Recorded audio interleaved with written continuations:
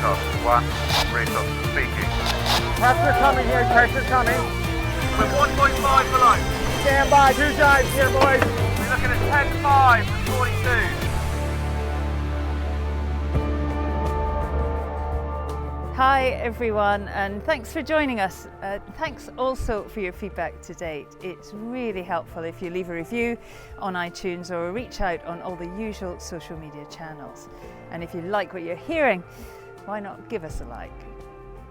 It is not an exaggeration to say that this month's podcast features a sailor who is constantly in demand. He has spent the entire Northern Hemisphere summer on the bounce from one Grand Prix event to the next. He has serious range and versatility, whether it's a 10-minute race in an F50 or 9 months around the planet.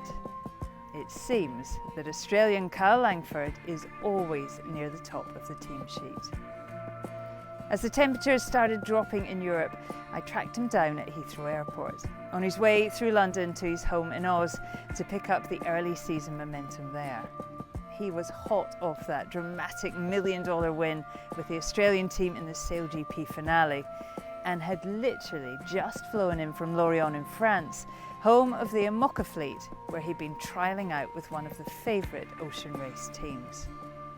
Remarkably, he's just 30. He's packed a massive amount into his career to date and is without question a very special talent. Here is the hour I spent with Kyle Langford.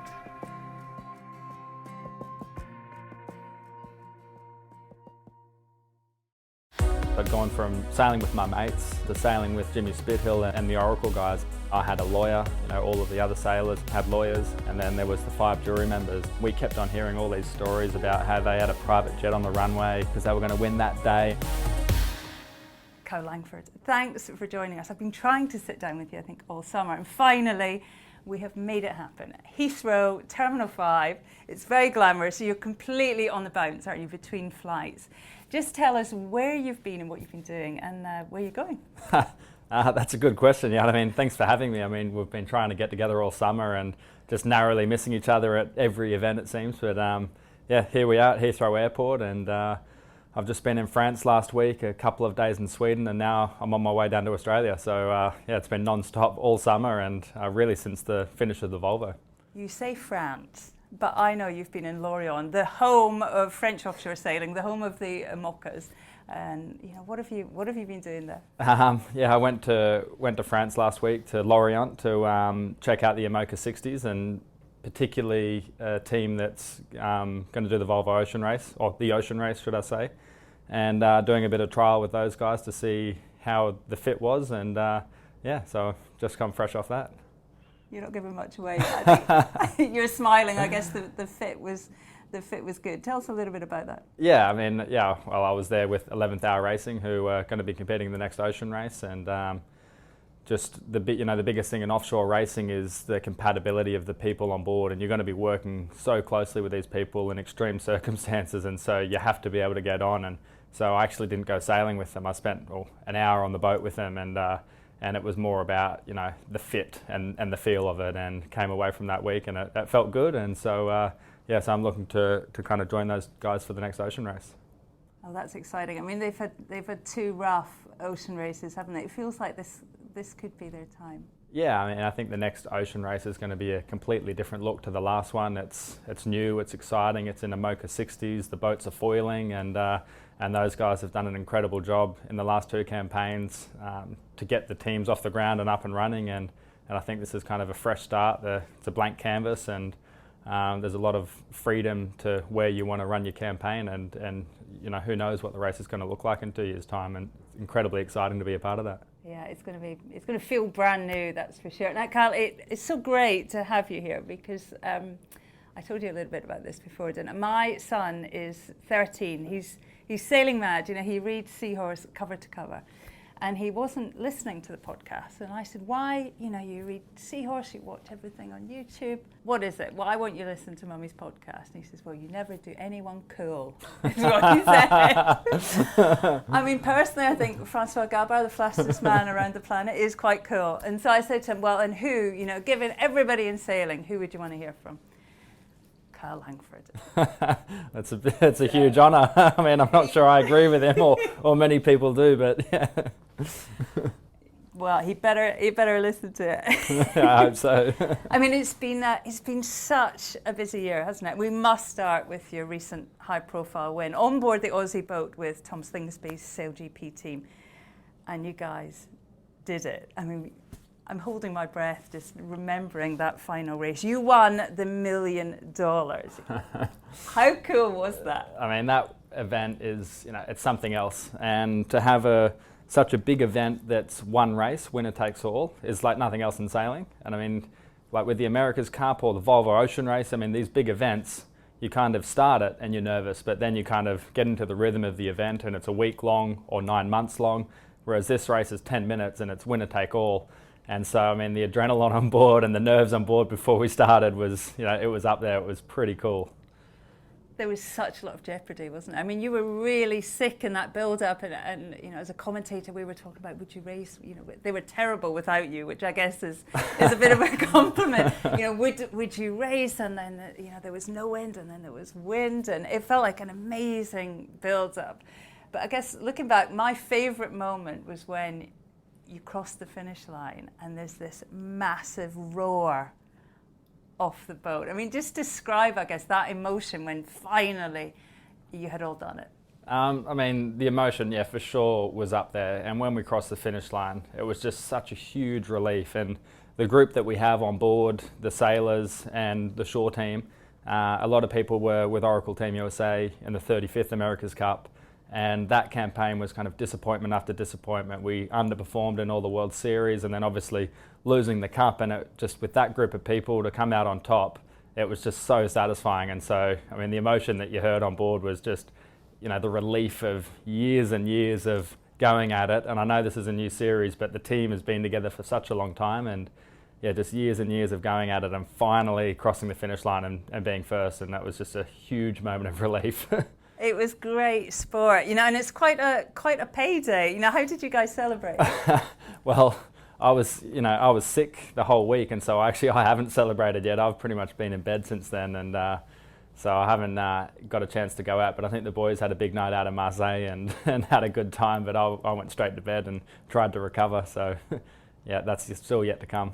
Yeah, I think there'll be lots of celebrating going on. Anyway, enough Sail GP for now. I mean, actually, when I asked my son this morning, okay, well, I'm going to speak to Kyle. What do you want to know? He said, oh, where did he come from? And I think he didn't mean, Lake Macquarie, 3 hours north of Sydney. He means you're really young and you've done everything. Where did you come from? Where did that all? How did all that happen? That's a good question. I mean, a lot about being in the right place at the right time and taking the opportunities when they came to me. But yeah, I grew up in Lake Macquarie, Australia, and grew up dinghy sailing and doing a lot of youth match racing. And when I was younger, I went to the youth worlds and kind of had a bit of an idea that I wanted to go to the Olympics, and went and did a world championship in the Tornado, and kind of thinking that could be the pathway to professional sailing is through the Olympics. And then, sure enough, the Tornado was thrown out of the London Olympics, so that kind of idea disappeared. And then, through the match racing, kind of gained a bit of an interest in the America's Cup. And so when I was probably 16, 17, I kind of decided I wanted to be a professional sailor, and it was going to be through the America's Cup, not through the Olympic route. And yeah, I mean, to get to the America's Cup, from being 17, it was a lot of hard work and a lot of training and a lot of sailing and a lot of lucky opportunities, I guess. All right, I'll tell him that. I actually felt, with a lot of the people who speak to, I kind of know their lives, and particularly, I guess, how they, how they made it. Particularly if they've come through the Olympic world, it's a progressive. It's a progressive thing. But with you, I didn't. So I spoke to your mum and dad. I hope you don't mind. That's fine. Kim and Ken. You have to have a name beginning with K, obviously in the Langford. Yeah, well, yeah, it seems It's that a way. thing, Yeah. It's a thing. And they painted this picture of the young Kyle Langford always in a boat. I mean, sailing first with them. They said they bought a boat before they bought a house. But then, just sailing every day, winter and summer on the lake. I mean, is that how you remember growing up? Yeah, I mean, absolutely. I'm incredibly fortunate to come from Lake Macquarie, and it's a beautiful part of the world, and it's a big lake, and so you can go out after school and you can get in trouble and you're just going to wash up on the shore. It's not like you're going to get blown out to sea, and so it was relatively safe. And I mean, yeah, my memories of school holidays are kind of going out on the boat with mum and dad and my brother and sister, and then you're sailing every single weekend and sailing any moment that I could. That's a great life. I mean, you quickly mentioned, sailing catamarans in the Youth Worlds, but actually you won the Youth Worlds in 2005. And when I spoke to your parents about it, they were like, yeah, well, he wanted to go, but, they just looked at a boat which, they might be able to qualify, and off they went and they won it. It was just sort of accepted, I guess, that you would. I mean, that's quite a thing, isn't it? To just decide we're going to sail that boat and we're going to go to the Youth Worlds and we're going to win it. Yeah, I mean, I was sailing with a guy that I did all my junior sailing with, Evan Walker, who'd lived just around the corner. I mean, a minute away from where I grew up, and so we sailed Flying Ants together. And then he was a few years older, so he went on to a 29er, and at the time the 420 was the youth boat, and he was like, well, I don't want to sail a 420, and so he kind of came to me and said, oh, let's sail the catamaran for the Youth Worlds and try and put a campaign together to qualify, and you've got to win the spot and then go onto the Youth Worlds. And so it's like, yeah, fair enough, give it a go. And we put in a lot of training and a lot of hours, and we turned up at the event having no idea, how we would go, because we'd never actually raced anyone before. We'd raced a bunch of, older guys in Australia, but we'd never raced any youth guys and kind of in that format. And so we turned up there not knowing what to expect, and kind of came away with a win. So that was certainly a career highlight, kind of, and the start of it, really. Now, I think the first time I came across you was on the match racing circuit. By then, sailing with fellow Aussie Torvar Mirsky. What did you learn from all that? Touring around the world at such a young age, and I'm guessing, not much money, and not many worries. We learned a lot. I mean, we were our own bosses. There was a hierarchy in the team. It was Torva and myself and three other guys, and we had to book our own flights. We didn't have anyone to do that. We had to source our own accommodation. We had to find events to enter, and if we couldn't get entry, we had to figure out a way how to get to the event. So whether there was a qualifier, and so it was a bit of a process to just organise ourselves. And I mean, we're all kind of fresh out of high school and used to having everything kind of given to us and sorted for us. So it was a good way to kind of learn kind of just personal management skills and also management skills of our team. And we spent every single day together for probably 4 years, and just trying to deal with each other in an intense environment, because it does get pretty full on, kind of spending every moment with these guys. And I think we all grew a lot from that. And I think the thing about the match racing circuit at the time was that every week you were sailing in a different type of boat, and that was hugely valuable to all of us, that we would turn up to a new event and we'd have to figure out how to sail this boat, and how are we going to make this thing fast, and that was kind of one of the skills of our teams, and something that I think we've all carried forward in our sailing careers. I certainly felt that too. I did the match racing tour for a few years, and I couldn't have afforded a keel boat. I didn't really know how to sail a keel boat, and here we were, like every week in a different one, racing it like we stole it.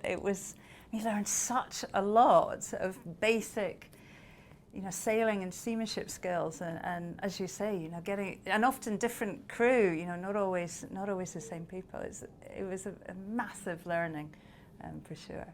You were spotted, weren't you, on the circuit by, the one and only Jimmy Spithill. I mean, that must have felt like, the big time. He was sailing on Russell Coote's RC44 circuit for BMW Oracle, as they were then, and invited you along. I mean, what a year. Yeah, I mean, that was intense. I'd gone from sailing with my mates and, we had such a good time and we competed at a high level to sailing with, Jimmy Spithill and the Oracle guys, and they were the top of the sport. And I remember being so nervous when I turned up there, and, even something simple like, they had somebody book my flight for me, and I was like, oh, this is a big deal, they're booking my flight for me, and wasn't used to that, and then turning up in Valencia and, meeting the guys and seeing the boat, and it's a relatively complicated boat compared to a simple match racing boat, and so, jumping on this new machine that I'd never seen before, I didn't know how anything worked, and it was a challenge, and I particularly remember the very first time we left the harbour and in Valencia, and you drop hike on those boats, and I'd never been on a boat that drop hikes where you're kind of really hanging over the side. And one of the guys said to me, he gave me some advice, he's like, okay, all you've got to do when you hear standby tack is make sure you jump up quickly before the boat starts turning. And I was like, okay, yeah, but not really understanding, what he was talking about. And the first tack, I fell on the water, I was stuck on the leeward side getting dragged out by the old jib sheet, and so it was pretty embarrassing, and I was like, oh no, how have I, I'm just made an absolute fool of myself in front of these, guys, and being the good guys that they were, they kind of picked me up, put me back on board, and really had a lot of patience with me and taught me a lot. I mean, you won the RC44s that year, and it was a massive year, wasn't it? 2010, all the cup teams were there. I mean, what an achievement, what a year. What's your memories of that? Oh, I mean, it was an unbelievable year. I mean, the three highlights that I have, or the three big memories I have, are big mistakes I made on board. One falling in the water, another one putting the spreader through the jib and kind of blowing a jib in half, and another having a big crew handling error. And I kind of look back at that and think, how did these guys hire me out of the back of that? I made so many mistakes, and they must have seen something in me. But yeah, I just remember thinking, like, how did, these guys are the very best in the world, and I've got a long way to improve to get to their level. And so it was kind of a good reality check after doing the match racing circuit, where we really thought we were on top of it, to jump on a boat like that with a group of guys like that and really be the weakest link. And it kind of really highlighted to me how much I needed to improve. Well, you did shine, didn't you? I mean, Jimmy took this young kid to the grown-up world of the America's Cup. Why did you shine in that environment? What do you think he saw in the young Kyle Langford? Well, it obviously wasn't my boat handling skills, because that was, as we've established, was pretty rubbish. And I think that taking the initiative, in a new team and being kind of the youngest member, I think he saw some value in that, and thought that it would be a good fit in the cup. And yeah. I actually emailed Jimmy before I spoke to you. I guess I just wanted a steer on those early days, and a feeling of why he felt he should stick his neck out, really, to hire this young guy from Australia. And he's in Cagliari with Prada now. They're working night and day on their new boat. And I emailed him before I went to bed, and when I woke up at 7 o'clock, he'd sent this massive long email all about you. And I thought, my God, he must have, before he went to the gym at 5:30, he sat down and he's written this. And it made me think, I guess, how much you were part of his own journey and what he thought of you. So if you ever need a CV, Carl, it's absolutely glowing. And he spoke a lot about, the young guy who'd come from match racing, and just how quickly you got on with everybody, and whatever environment that he put you in, you got on with everyone and would do everything. What advice would you give, I guess, young sailors who are given that opportunity to go into, a bigger team? What should they do? What would your advice be? I mean, it's difficult. When I joined Oracle, I was I think I was 21 or 22 and had just been match racing basically with my mates and hadn't done a whole heap of other top level sailing. And suddenly I was in this team with 150 people in it, and I didn't even know what half the people in the team did. And so, I mean, I think just asking questions was the biggest thing for me to learn. I needed to find out what everybody did and how the boats operated, and because that's really the only way to survive. And because if you don't ask questions, people are so busy and so into what they're doing, they don't always have time to kind of fill in the new guy exactly what's going on. So, for me, it was just ask as many questions as I could and just always be present, just hang around and, ask for jobs and ask to do stuff and just get involved. And I think that was kind of the thing that kind of helped me learn a lot about the boats and probably the more technical side of sailing as well. We've been talking about this quite a lot on these podcasts, but it still feels like a really exciting time in the sport. I mean, looking back from the Cup in San Francisco to now, wings, foiling, 50-knot racing, dry laps. I mean, does it feel like an exciting time to you? I mean, you have been right at the heart of that, nearly all that journey. I mean, it's unbelievable what these boats are capable of, and if you look back to San Francisco, the boats at the time were amazing, and it was the fastest boat in the world. And you look back at it now, and it's a dinosaur. That thing would get absolutely smashed up around the track compared to probably the new AC75s and also the Ep8s. And so it's just so exciting to be involved in the sport where kind of the technology is kind of going forward in leaps and bounds, and it's just progressing so quickly. And I think the exciting thing for me about it is the thing that's going to be the kind of differentiator, in an event in a year's time. Nobody's probably even thought of that idea. There's just so much scope and so much, ability to move forward quickly, because the technology is improving and the materials that are being used to get the boats foiling and everything is just, it's amazing, and it's awesome to be, involved in that. As a sailor, how do you keep up with all of that? How do you make sure that you're right at the pointy end?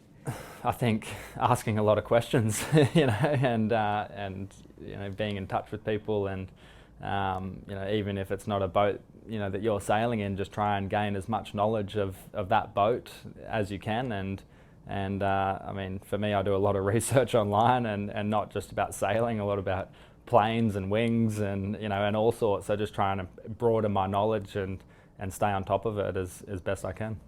Right, let's have a look back to 2013 then. And it must have been, such a roller coaster of a ride. Much of this has been forgotten, hasn't it, because of that sensational comeback. But Oracle, the defender, your team, they started that cup on minus points, didn't they? Just to recap quickly, it was alleged members of the team had tampered with the smaller AC45s racing in the warm-up series, the World Series. The team retrospectively disqualified themselves from the series and were penalised for taking the name of the cup into disrepute.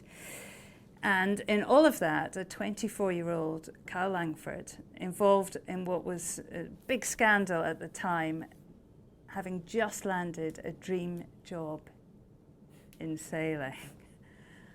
Is your heart racing just remembering that time? That whole period is a bit of a, it was a flurry of emotions. It was so intense, the whole hearing and then, kind of being named on the boat and then the cup itself. It was just such an intense period, and I just remember being kind of on edge the whole time.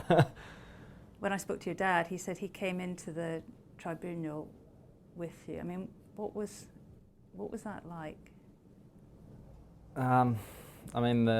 The Rule 69 hearing, and there was a bunch of us from Oracle who were in that, and I guess the jury was trying to find out who was responsible for the tampering to the boat and who kind of gave the directive, and I, being a part of the team, I was aware of the work that had been done to the boat, and so I was that was my reason for being in the hearing. And so then the hearing was really to kind of figure out my level of involvement, and I really didn't appreciate how serious it was until we walked into the room and I had a lawyer. I had my dad there, all of the other sailors and shore team had lawyers, and then there was the 5 jury members, and I was thinking, wow, this is serious, and this could be my sailing career over if this goes bad. And so we went through the hearing, and all they said is, just tell us what you what you remember, what you can recall of the situation, and the period where the boats were tampered, it was 18 months before this hearing was, so everybody's memory's a little bit foggy, and trying to remember exact details, and so getting hounded by these jury members as to what exactly happened, and people struggling to recall exact details and stuff. It was pretty intense, and yeah, so I kind of said my part in the hearing, and everybody else did, and and then they kind of reached a verdict, and off we went. Oh my goodness, how stressful! I mean, you've been given you're in the dream job, like with the team in sailing, and now in that position. I can't imagine. What advice did your dad give you through all of that? He was, kind of like my sounding board, and as he always has been in my career, and still is today. So kind of he was, I wanted him to be there to kind of listen in and kind of pick up on things that maybe I hadn't picked up on, and we would then go and discuss it afterwards. And the biggest thing that he kind of said is, which I of course would always do, is just tell them exactly what happened, tell them what you thought happened, and what will be, and everything always works out for the better, so you'll get through this and move on regardless of the result. Good advice. And then in San Francisco, with just a week to go to the start of the Cup, the wing trimmer, Dirk de Ridder, Cheese, was sanctioned.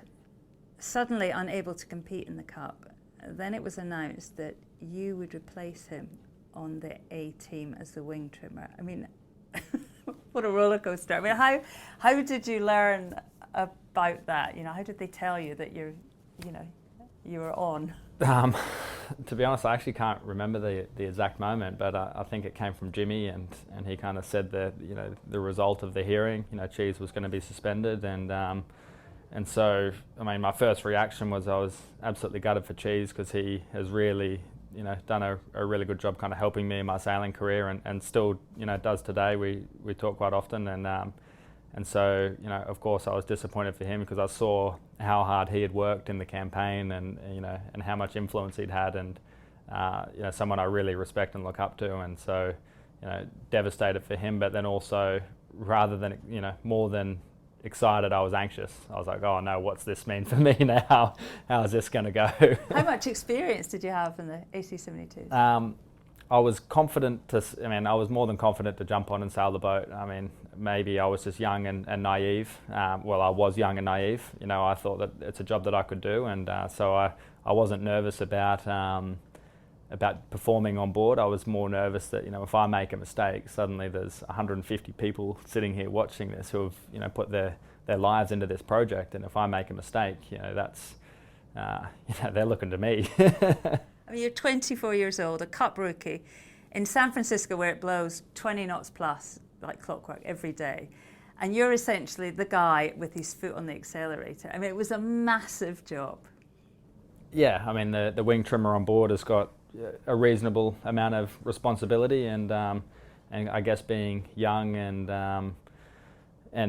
nervous about the whole situation, I didn't have the confidence that say Cheese would have on board, and so I probably didn't step up as much as I needed to, and particularly in the early days, and kind of I guess Jimmy would kind of coached me through a bit of that stuff in the beginning. He's like, you just got to be more vocal. You've got to be firm with the guys, and this is what we're doing, and so kind of from that point onwards, I was a lot more forceful, and felt more comfortable on the boat, and kind of felt like I had my place, and and the guys respected me on board, and I'd kind of was one of the team, not just the new guy jumping on at the last second.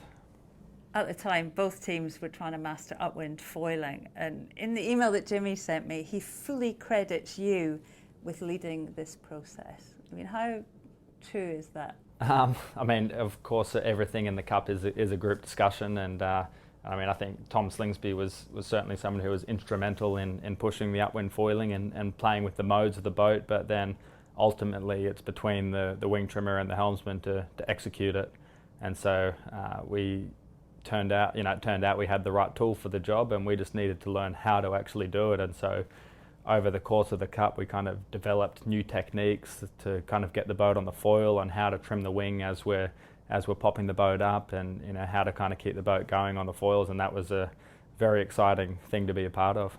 It must have felt like you were, inventing the wheel or something. I mean, it was such a massive jump. Not only in sailing, but in foiling. I mean, you were doing something in a massive machine that no one had ever done before. Yeah, I mean, it was hard to kind of appreciate how awesome it was, because there was so much going on. Kind of when we were kind of perfecting or getting better at the upwind foiling, we were 8-1 down in the Cup, so the pressure was on that every moment of racing, it mattered, and we couldn't afford to make mistakes, and so there was always the added pressure of, that it could be over at a moment's time, and so it was just so much fun kind of coming up with a new way to sail the boat, and watching the Team New Zealand try and react to that and not having the tool to kind of do what we were doing, and it was just an awesome feeling. And when the momentum started rolling our way, it was epic. We'll get to that in a second. I mean, it started so well, didn't it? But as you say, it quickly went downhill. 8-1 down. The sailing world had basically written you off. I mean, I think we even went home. Yeah, it wasn't over, we went home. I mean, do you think in your heart, did you think then in your heart that this is never going to happen, it's over? I think, before we got to 8-1, the momentum had started to shift, and we felt like, I think they were on six wins, and maybe we were on 0, so we'd won 2 races, but the scorecard said 6-0. I think we felt like the momentum had started to shift, and we started to realise the potential of our boat, and then they got kind of another race win, and it's like, oh, okay, now the pressure's even greater, and then they got another race win, and so suddenly it's they're a match point, but we felt the momentum had swayed our way, and really more than anything, we were trying to stop them from winning. We kept on hearing all these stories about how they had a private jet on the runway, and they'd hired a venue centre to celebrate, because they were going to win that day. And so our motivation, and it's probably all lies, but I mean, our motivation was really to stop them from winning. Let's delay their celebration another day. That's another day they're going to have to keep the plane on the runway. And so that was kind of our motivation, stop them winning, and we were enjoying ourselves and kind of sailing loosely and having a lot of fun with it. And then, the ball started to really start rolling. Sailing loosely, I mean, I can't even imagine. I mean, what about Jimmy Spithill? I mean, he was at the helm in that Cup, quite possibly one of the coolest men in the sport. He didn't look like he actually had a pulse throughout all of that. I mean, the press conferences were the best entertainment I think we'd ever seen in sailing. What's special about Jimmy, and what was special about him in that specific moment? I mean, Jimmy's, one of the best sailors in the world, and certainly one of the best I've ever sailed with. And one thing about him is he will never be rattled. You will never get under his skin, no matter what you're doing, whether you're playing basketball or table tennis or boxing or sailing, whatever it is, in any sort of competition, you will not get under his skin. And I've sailed with him, almost full time for 6 years, and he's never once yelled at me or raised his voice, and I've made a lot of mistakes. And I think, his ability just to focus on what's important, what makes him so good. When things are going bad, he's just focusing on how can we get better. And, if someone makes a mistake, it's like, oh, who cares about that? Let's just pick ourselves up and let's move on. And so that's really, what I think is his best skill. He can just really focus on the important things, and as a sailor on board, if you make a mistake, and everybody knows that you've made a mistake, and if the leader of the team kind of moves the conversation on and refocuses everybody, it's pretty motivating to sail for a guy like that, because you want to work your hardest for him, and he's a really good leader. I mean, as you say, it's a massive team at the Cup. I mean, 150 people at Oracle, all working day and night to make something happen. When your backs were against the wall, who stood on the chair in the middle of the room and rallied the troops? I mean, how did that dynamic work inside Oracle? I mean, there was one meeting which Russell led. He kind of walked into the room and he basically, gave everybody a dressing down. He's like, why are we doing this? What's going on with this? In all different departments. And And he really kind of set everybody straight. And I mean, he has obviously a very good technical understanding of sailing, and he really picked the team apart, and held people accountable for their departments and I guess the decisions that they had made, and really forced them to look outside the box at solutions to how we can make the boat go faster. And I guess from that point, the different departments got together, discussed the changes that could be made, and implemented those changes, and the result was that the boat got faster. You were quickly running out of time to make anything happen. I mean, what was it like inside that big white shed?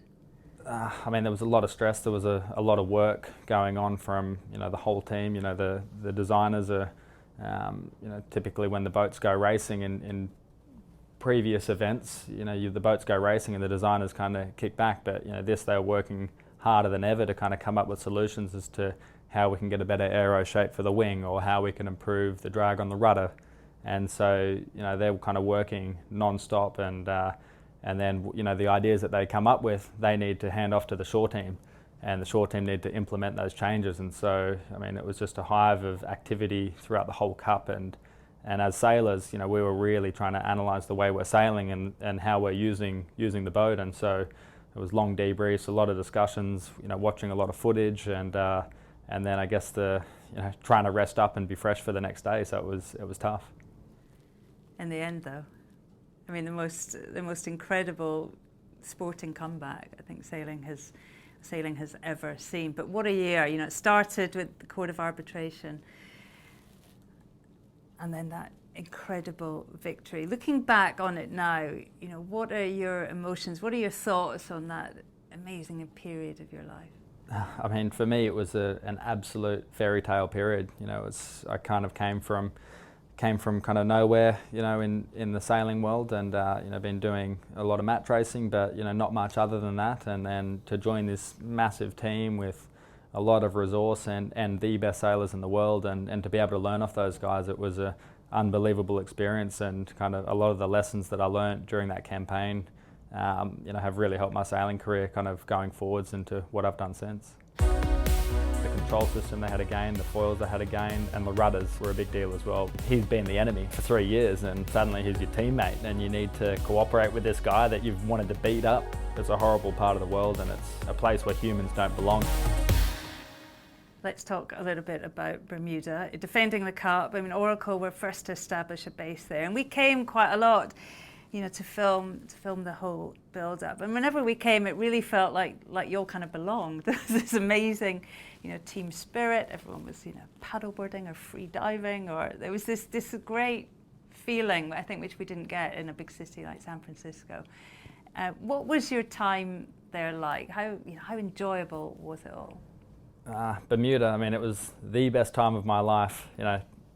Take out the last 2 weeks of racing, and it was awesome. I mean, it's a beautiful island with great people, and we were really included in the culture there, and we were the first team there and the first people moving there, and it's only a population of 60,000, and so when people move to town, it's noted. So we were kind of embraced by the locals as the home team, and it's just such an amazing way of life there, and perfect venue for sailing. And so I had a great time, and it was very upsetting to leave. We used to like visiting Oracle because you're a great chef and all sort of catering things set up and good coffee. And but whenever we saw you, you were thinner and thinner. I guess the 50s were really weight sensitive, but is that seems to be a big part of your life? Actually, you're always on a diet. Yeah, well, unfortunately, I'm quite tall, and my role on board as the wing trimmer is not a physical role. So all of these teams and all of these competitions have a weight limit, and so the lighter I am, the more weight I can give to the grinders so they can be bigger and stronger.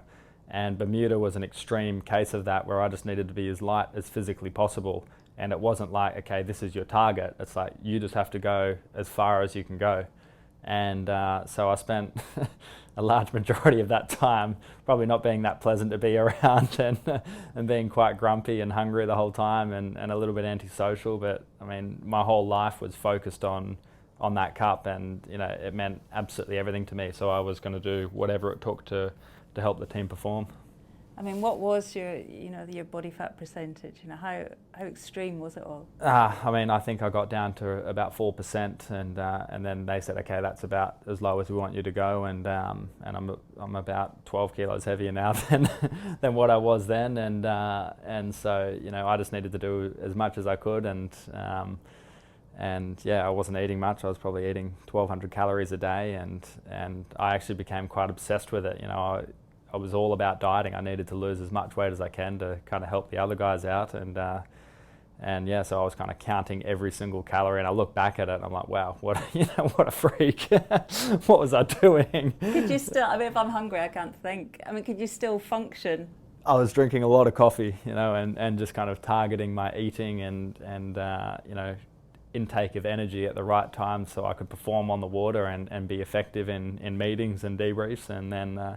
The rest of the time I was just trying to not eat much and exercise as much as possible. Well, let's talk a bit about the sport in Bermuda. I mean, did you see the result coming?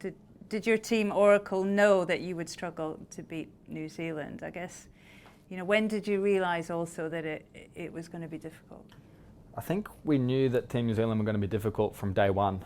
When they came out with their test boat, and the foils that they had launched with were quite radical at the time, I guess, and they were kind of a little more extreme than what we were testing at the time, but we'd gone through an evolution of probably 5 or 6 foils to reach that point, and their starting point was an extreme foil, and so we were like, okay, this is interesting, that's probably going to be quite quick, but are they going to be able to control it and produce the power to control the boat? And so we kind of knew from day one that they were doing something a little different, and I think the fact that they're out on their own, and you can't line up next to them and see how your performance is against them, is a huge worry. And so very early on we were concerned about them, and to the point where we had full-time recon on them. So we had guys living in New Zealand full-time. Every single day they would go sailing. They would take photos of the appendages as the boat was craned in the water, and then they would take videos and do a report daily.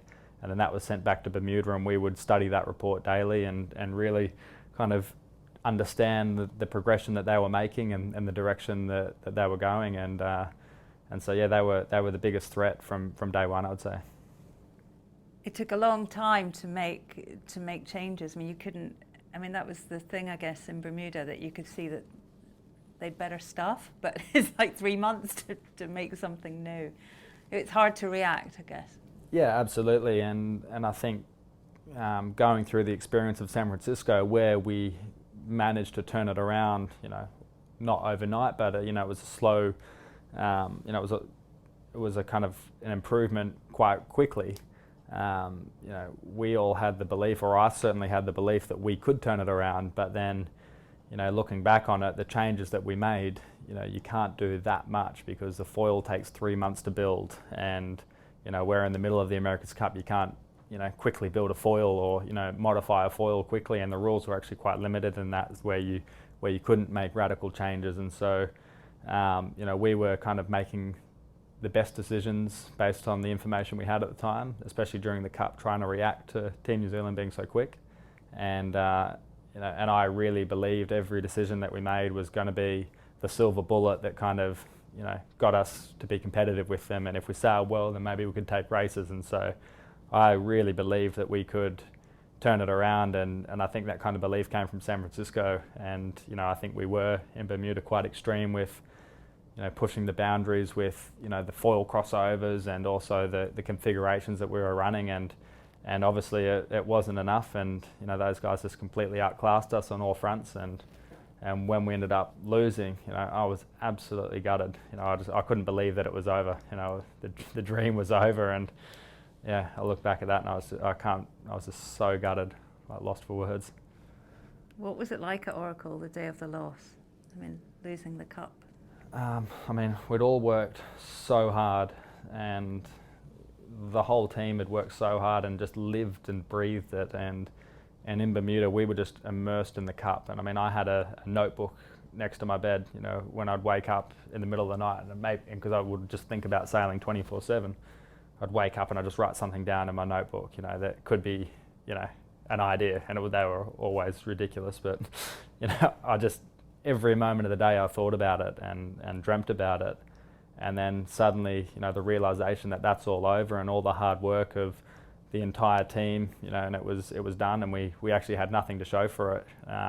It was absolutely devastating, and I think everybody in the team felt the same way. And I think it was the next few months were kind of big moments of reflection for me to kind of understand where we went wrong. And I certainly learnt more out of the Bermuda campaign than San Francisco in losing, and really trying to understand why we lost. And I think losing is where you grow and where you kind of make big gains, and because you're really forced to analyse every single step of the way and where did we go wrong. And so that was kind of a Where did you go wrong? I think we went wrong in quite a lot of areas. I mean, a lot of people look at the bikes and kind of say that was a kind of contributing factor, and I'm not convinced that it was. I think that the foils is obviously a big deal, and more so the construction of the foils, the thickness. They had kind of thinner foils. They were less area than us, so a lot less drag. They had a more accurate control system, so they could fly the boat higher. And really that was the advantage of the bikes, is that Blair Tuke could sit there with his hands and accurately fly the boat. So the control system they had a gain, the foils they had a gain, and the rudders were a big deal as well. They had flexible elevators, and it's getting a little technical, but when the windward rudder's going through the water, that's creating downforce, and the way that their structure and the geometry of their rudder wing was, as it started creating downforce, it would flex under load, and the downforce would increase exponentially. And so they kind of had like a turbo booster, with their rudders, where they would just create so much more downforce than us, which means more riding moment, which is almost the same as having it's exactly the same as having extra people hiking out on your laser. And so they kind of had a big edge on us on kind of the appendage front and that control system. Grant Dalton, the CEO of the Kiwi team, I mean, he always says, they swallowed the brave pill, and they threw the design ball as far as they could. I mean, I guess looking back at the whole culture at Oracle, way too conservative, arrogant, or just not brave enough?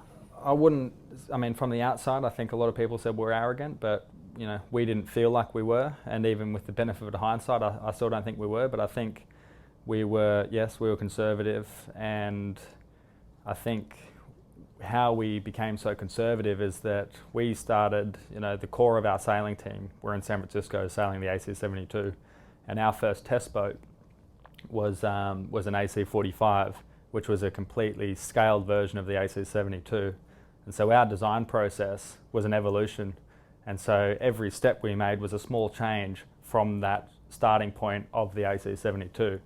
And so the AC50 that we ended up with, although it was completely different, our train of thought and the way we kind of developed through the campaign was starting from the AC72. So it was just a very slow evolution and progression. Whereas Team New Zealand, they had a brand new sailing team with no prior experience. So they weren't kind of trapped in the mindset of the AC72 and how that beast was sailed. And they, exactly, they kind of threw some paint at the wall and saw what stuck, and they kind of absolutely hit it out of the park. So they were high risk, they were by themselves, and they were completely, they were a revolution.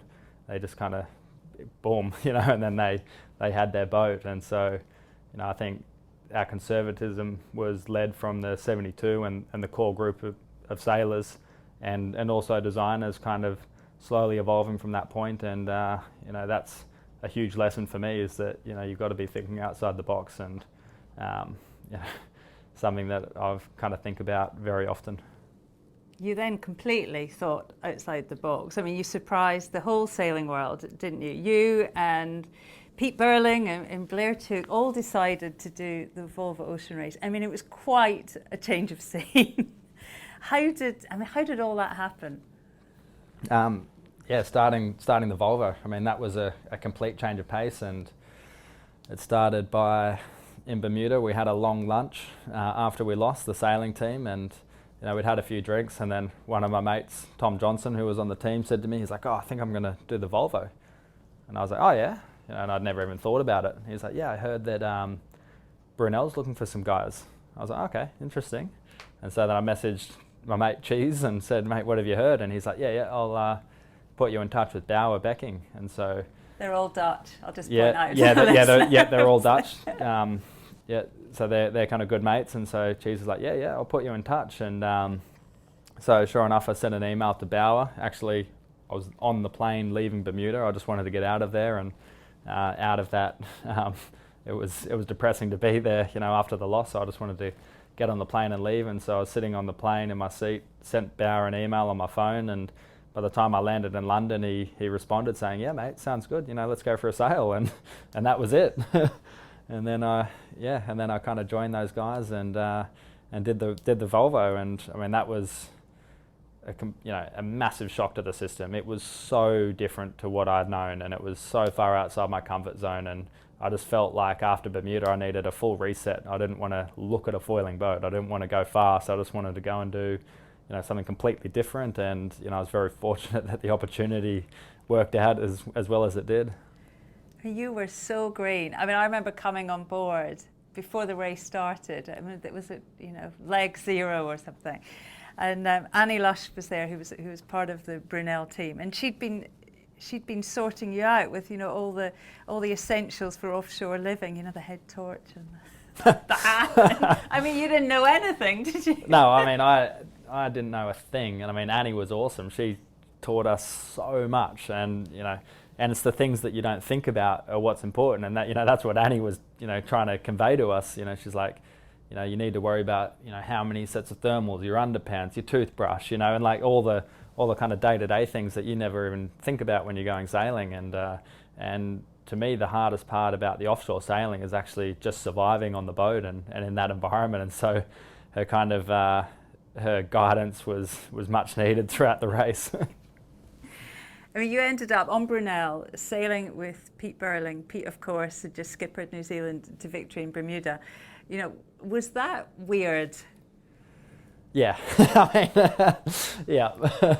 I mean, when he first turned up, and I didn't really know. I mean, I knew Pete, but we hadn't really hung out much, and so he turns up, and he's been the enemy, for 3 years, and suddenly he's your teammate, and you need to kind of get on and kind of cooperate with this guy that you've kind of you've wanted to beat up for 3 years. And so yeah, it was really strange, and that was at the first meeting, and then we went sailing, and I realised what a talent he was, and and it gets a lot easier when you kind of see that potential, and and how good he really is. So it was at first it was strange, but then we kind of just got on with it and kind of worked together, and it was quite a fun experience. Tell me about the Southern Ocean. It was your first time there, the rookie. I'm going to ask you to be honest here. I mean, what was it really like? Well, for me, the hardest part of the race wasn't the Southern Ocean leg. It was actually the first leg from Cape Town, or from Lisbon to Cape Town, and because that was the longest period I'd ever had on a boat, and it was 20 days. And after 4 days, when we left Lisbon, it was downwind and it was 35 knots. And it was just relentless. And I just absolutely hated it. I just wanted to get off the boat. And when we arrived in Cape Town, I was like, I could have just gone home. I was like, this is horrible. Like, I hate offshore sailing. And, we got beaten on the way down there. And, if you ask anyone else in the race, they said that leg was easy. And so I was like, what have I got myself into? Like, I can't even handle an easy leg. How am I going to go on a in the Southern Ocean? And, I kind of said to myself, I'm going to see this out. I'm going to carry on. And then, the next leg, because I guess I'd lowered my expectations so much, as we went into the Southern Ocean, it was actually bearable. I mean, it wasn't easy in any way. I mean, it's a horrible part of the world, and it's a place where humans don't belong, and you really feel that when you're down there. You feel like you don't belong. You just got these waves that are mountains, and the breeze is just so strong and cold and dense. So, I mean, 25 knots there feels like 35 knots. And so, it's just such a remote part of the world, and, you feel remote when you're there. You feel so insignificant when you're surrounded by these kind of extreme weather conditions. And kind of as we entered the Southern Ocean, we were kind of told, or we knew from the forecast that we were going to get hammered. And all the old guys kind of said, when we left, like, okay, be safe, take it easy. And if the old salts are saying it's going to be rough, I knew we were in for an absolute beating. So I think having the expectation that it was going to be tough kind of helped me mentally prepare for it. But being down there, it's not a pleasant place, and it's not somewhere I really aspire to go back to. We'll get to that. We'll get to that a little bit later. I mean, I always remember halfway round, we came to Melbourne, and it felt with your team that the wheels had fallen off a bit. There was no great leg. It just hadn't come together in any way. And I remember thinking, God, if I was Kyle, I'd probably be looking for something else to do. And I actually spoke to your parents about this, and they said, well, we always told Kyle he could only come in from racing if there was blood or a breakage. So I'm guessing you just weren't allowed to back it in halfway round. But how tough, was that? The sailing's hard, but also, the racing was not great. Yeah, I mean, I think, like you said, that's kind of the way I was brought up, is, when you start something, you finish it. And I remember my brother kind of setting that example when I was younger, sailing sabots on Lake Macquarie, and and that's kind of been my approach to sailing as well. So, when I started the race, I didn't know, how hard it was going to be, but, when I started, that was going to be it. I was going to finish. And when we arrived in Melbourne, there was a few people who stepped off for the leg, and, they needed a break. They were done. They needed to get off the boat, and so we got some new guys on board and girls on board, and it was actually, it was a breath of fresh air, for the team, and I stayed on board and wanted to see it out, and it was actually despite not having a good next leg result, it was a breath of fresh air to have new people on board, and I was given more responsibility on board as well as a watch leader for that leg, and so I learned an awful lot, and and felt like it kind of set me up to contribute more for the remainder of the race, and kind of getting that responsibility in that leg up to Hong Kong, and The second half of the Lap of the Planet, it looked from the outside like a different boat. You got faster and faster. I mean, what would you attribute that to? I think the way that I look at the Volvo is actually very similar to the 2013 Cup. It wasn't a one defining thing that made us faster and and gave us a good result. It was a lot of different things, and I mean, one big thing was that we actually had a team coach or a psychologist on board, and she sat us down in Melbourne, and Anya Maraka, and she was, I mean, I'm the most anti person when it comes to that kind of thing, the psychology of it, and now I'm a massive advocate for it, because I've really seen the benefit of having somebody like that in the team. And she really sat us down, and it wasn't anything to do with sailing. It was just the way that we communicate with each other, and the way we make decisions, and the way we work together, and that was really one big defining moment that helped us, because suddenly when there was a situation which required somebody to step up, we knew exactly the process that was going to be how we were going to arrive with a decision, and who we were going to look for in certain situations, and we changed the watch system, and because we knew that these people work better together, and these guys bounced ideas off each other, which would then help the performance. And so having somebody like that with a good knowledge of how people interact to come in and kind of sort us all out was awesome, and that was a really defining moment. And then as a result of her input, we were able to communicate better on board. We were able to trim the sails better, set up the boat better, and kind of come up with better ideas of how we could improve the performance. And I mean, it was no one thing in the performance side. It was just a lot of little things, just learning more about the sails and just having better information. I've met her. She's absolutely formidable. She's a fantastic talent. And what a difference she made. You went into the last leg, the shortest, tiniest leg, 3 boats, virtually a winner takes all finish, to a 45,000 mile offshore race. It was incredible. It was great sport. I mean, how did it feel to have had such a such an incredible race, a terrible first half, and then with each leg getting better and better and stronger, to be right there, almost tasting success. It was awesome. The comeback of that race was unbelievable, and we just had the momentum on our side. And from past experiences of Bermuda and San Francisco, I knew that momentum's a big thing, but then I also knew not to be naive. You can't underestimate these other teams. There's a lot of good people on those boats, and so to not come away with a win, probably my first reaction was like, oh, I've got to come and do this thing again now.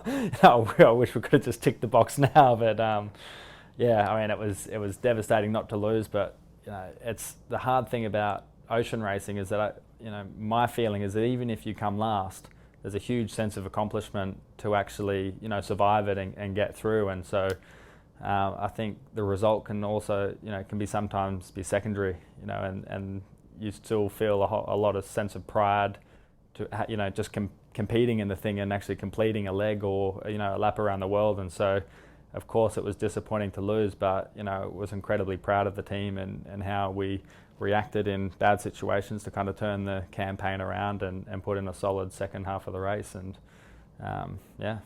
Well, my next question is, did you enjoy the Volvo Ocean race? But obviously you enjoyed it enough that you're going to do it again. Yeah, the first half of the race, the first part of the race, I absolutely hated it. And then once I learned what it's like to live on the boat and how to look after myself and manage myself, then it became a lot more enjoyable just to focus on the sailing, and that became quite fun in the end. What about the America's Cup? Obviously not involved in the next edition. Does that feel strange to be watching that from the outside? Yeah, the disappointing thing with the Cup is there's just so much cool stuff going on, and I've been fortunate enough to be a part of that, for 2 cycles, and there's just so much cool stuff going on that you never find out on the outside. And so that's really the thing that I'm missing, and I'm of course watching it all with a lot of interest and paying as much attention and asking my mates in the teams as many questions as I can, and of course they don't tell me anything, but it's nice to see it kind of developing and into what's going to be an amazing event and with some very, very cool boats. And but also having said that, it's nice to see the other side of sailing, and this year I've been very fortunate to sail with some good teams in completely different circuits, and also kind of take on new challenges in different classes, which has been a lot of fun as well. And Kyle, you've achieved such a lot at such a young age, just 30. When you reflect on all of that, when you take a moment to actually think about it, what do you think? To be honest, I don't do a lot of reflection. It's more moving on to the next thing and kind of always looking forwards and trying to learn from mistakes in the past to kind of help me into future campaigns. So I haven't really done a lot of reflection, but when I do, from time to time, I guess it's I've been incredibly fortunate to get to where I am, and always been surrounded with a lot of good people, and just incredibly lucky. What's next for Kyle Langford? Well, next I'm going to go and do the Moth Worlds. That's the big ticket item for me now. That's the one, and I've sailed my boat about a week, and I want to do well, and so I've got a lot of hard work to do and in the next few weeks. And just lastly, hopefully my son is still listening an hour into Kyle Langford podcast. What would you say to the young 13-year-old sailing mad boy who's listening to this? I think that if you really want to make a career in sailing, regardless of what area, America's Cup or the ocean race or single-handed sailing or the Olympics, I think you've just got to go out there and absorb as much information as you can and learn off as many people as you can, because there's a lot of people out there who know a lot more than you do, and you need to extract that information from everybody you meet, and in a few years' time you will have all that knowledge, and that'll be very valuable to somebody or a team, and that'll kind of increase your chances of success in sailing. It's been great having a chat. Thanks, Kyle. Yeah, thanks for having me. I hope you enjoyed Kyle. It's always a pleasure to catch up with him. He's one of our sport's brightest stars. Please keep the feedback and the reviews coming. I'm easy to find at Shirley Sail on Instagram and Twitter, just me on Facebook, or send an email, podcast@shirleyrobertson.com. We've some great characters and stories to tell, all lined up for next year. So if you're liking what you hear, leave a review and give us a like. So, next month, the treats keep rolling in, my dear podcast listeners. We're bringing you a two-part conversation with the one, the only Ken Reid. Why two parts, I hear you ask? Well, currently president of none other than North Sails, Ken Reid has had a remarkable sailing career. He skippered on the Volvo Ocean Race, sailed in the Cup with Dennis Conner. He's played a key role in the whole Comanche project, the giant super maxi he skippered to Sydney Hobart and Fastnet Line Honours wins. He was a commentator at the last Cup in Bermuda. And when you've done all of that and a whole lot more, it's impossible to cram everything into one single pod. So we're going double-handed next month with our first two-parter. Very much something to look forward to. As usual, a big thank you to the insanely talented Tim at Vertigo Films for his guidance, magnificent producing and editing, and for, well, just everything. Until next time, thank you so much for listening. Have fun on the water and sail safe, everyone. This is Castle 1, Resource speaking. Pressure coming here, pressure coming. We're 1.5 below. Stand by, 2 dives here, boys. We're looking at 10.5 and 42. This is Castle 1 standing by. Out.